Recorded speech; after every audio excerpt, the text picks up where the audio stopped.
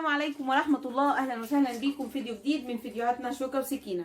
النهاردة يا حبايبي بإذن الله هنعمل مع بعض الكبدة البلدي بطريقة سهلة وبسيطة جدا. تعمليها غدا عشاء للعروسة، تجهيز العروسة. بتبقى حاجات بسيطة وسهلة وحلوة جدا.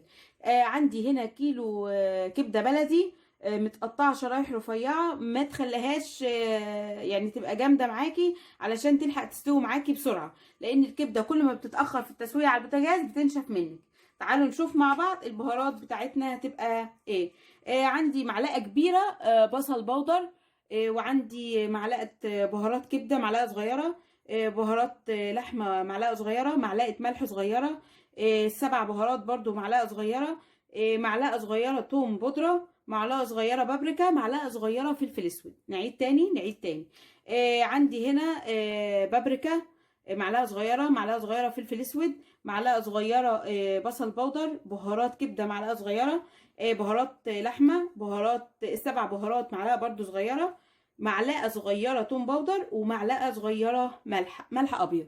تمام. كل المقادير اللي انا حطاها دي اطلع معاكي الكبده ان شاء الله يعني هتبقى مظبوطه الى حد ما. تمام. لو انت بتحبي تملحي زياده مفيش مشكله. عفوا يعني المنديل انا ماسكاه عشان الدم بتاع الكبده بينزل كتير. الكبده هل انت بتغسليها؟ انا بغسلها بصراحه، بحب اغسلها وهي قطعه واحده. تمام. قبل ما بقطعها بغسلها قطعه واحده علشان الدم كده، انا بحب اغسلها بصراحه. تمام. عندي هنا معلقتين سمنه بلدي، لو انت عايزه تعمليها بسمنه عاديه مفيش مشكله، بس يفضل ان هي تكون سمنه بلدي عشان الطعم بتاع الكبده يبقى جميل. عندي هنا معلقتين، معلقه دبس رمان ومعلقه صوص باربيكيو. دول هستخدمهم بعد تسويه الكبده، بيدي لون معايا حلو جدا في الكبده. هنبدا نتبل الكبده بتاعتنا، وبعد كده هنشوف بقى ايه. نسيبها في التتبيله كده حوالي تلت ساعه او 10 دقايق، ونرجع ايه نشوف الدنيا فيها ايه. هنقلب كده المقادير بتاعت البهارات بتاعتنا كلها مع بعض عشان تندمج. تمام كده. طبعا مش هفكركم باللايك والشير والسبسكرايب وتفعلوا الجرس علشان يوصلكم مني كل جديد. وشكرا جدا على الدعم اللي انتوا بتقدموه لي وبتقدموا لي ان انا يعني ثقة بالنفس عالية جدا. ناس كتيرة بتشجعني، ربنا يبارك لي فيكم يا رب حبايبي ويخليكم ليا. طبعا البهارات دي مش كتيرة لان انا يعني بحبها متبلة معايا كده وحلوة. ممكن انا نسيت كمان، ممكن هحط لها معلقتين عصير ليمون، يعني اجيب ليمونه دلوقتي اعصرها عليها، بتشيل برضو الزفاره معايا. اهو يا حبايبي انا جبت الليمون بتاعي، اديها كده عصره ليمون هتضيع الزفاره معايا. تمام. هتجربيها تعجبك والله. بس في ناس كتيره مش بتحب المزازه بتاعه دبس الرمان ولا التسكيره بتاعه صوص الباربيكيو. تمام. فدي حلوه جدا. ما تحطيش دبس الرمان لو انت مش بتحبيه، مفيش مشكله يا ست الكل. ما تستخدموهوش يعني. مش اساسي في الوصفه. وادي يا حبايبي هنا حطينا الطاسه بتاعتنا سخنت على النار او صينيه او ايا مكان عندك. تمام. هحط السمنه بتاعتي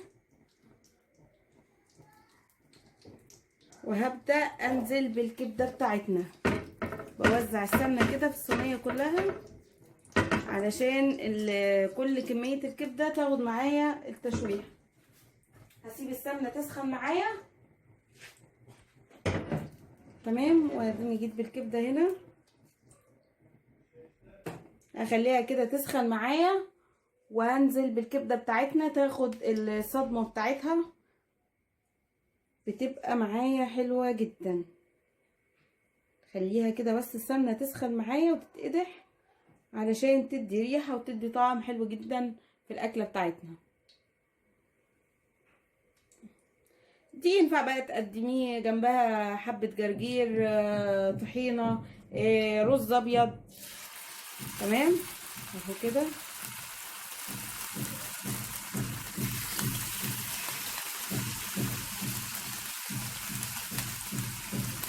الكبدة بتاعتنا اتمنى بقى ما تنسونيش لايك وشير وسبسكرايب، فعلوا الجرس علشان يوصلكم مننا كل جديد. معلش عشان الصوت اللي عندي ده، عندنا شغل في البيت، فاسفه جدا على الصوت يعني.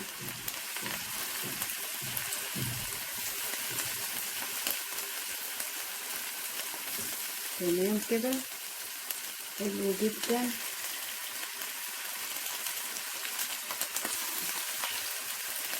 حاجه كده ايه، فاخر من الاخر يعني.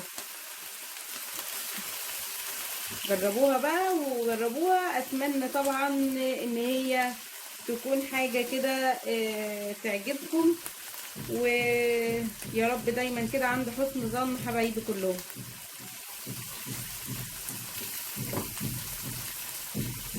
تنزلي بالكبده بتاعتك كده واحده واحده.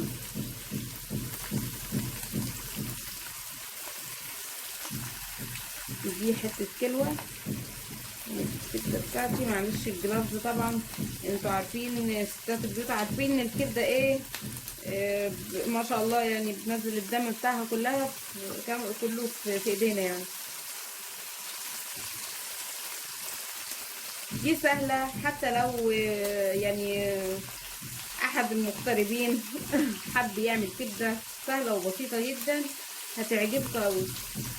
طعم وريحه بصراحه يعني ايه، خطير بصراحه. الطعم البلدي بتاعنا، اكلة جدتي وجدتك، مفيش احلى من كده. بس احنا بنحط حبة اضافات طبعا، بما ان احنا يعني ايه مش عايشين في ايامهم، هم على ايامهم ما كانش فيه دبس رمان ولا كانت الحاجات دي موجودة. احنا بقى بنزود. ها شايفين يا حبايبي اللون بتاعها، حاجة كده في منتهى الجمال. بما اني مش عايزاها تغيب معايا على النار، هنزل بقى بالجمال، الحاجة الروعة دي يعني. الاكل عند ام حمزه حاجه تانية خالص. تكات وتركات كده، يعني اتمنى ان هي تعجبكم.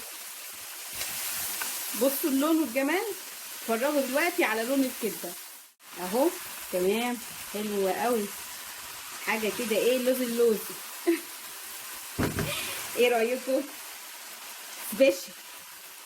اتمنى بقى ما تنسينيش برضو في اللايك والشير والسبسكرايب وتفعلي الجرس علشان يوصلك كل جديد. تعالوا مع بعض نغرف الكبده بتاعتنا ونشوف هنقدم جنبها ايه. وبكده يا حبايبي نكون خلصنا مع بعض الكبده بتاعتنا، حاجه كده يعني شغل فنادق. تمام، اقربها لكم. شايفين الجمال؟ ايه رايكم؟ حوارات كده وتكات، حاجة بسيطة وسهلة جدا تقدري تعمليها زي الكتاب ما بيقول.